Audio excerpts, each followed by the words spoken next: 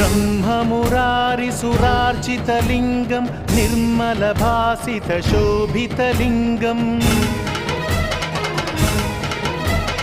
जन्मज दुःखविनाशकलिङ्गं तत्प्रणमामि सदा शिवलिङ्गम्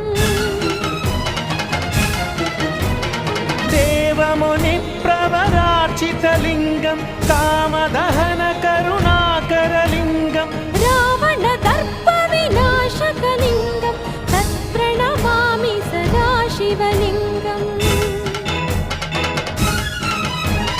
सर्वसुगन्धसुलेपितलिङ्गं बुद्धिविवर्धनकारणलिङ्गम्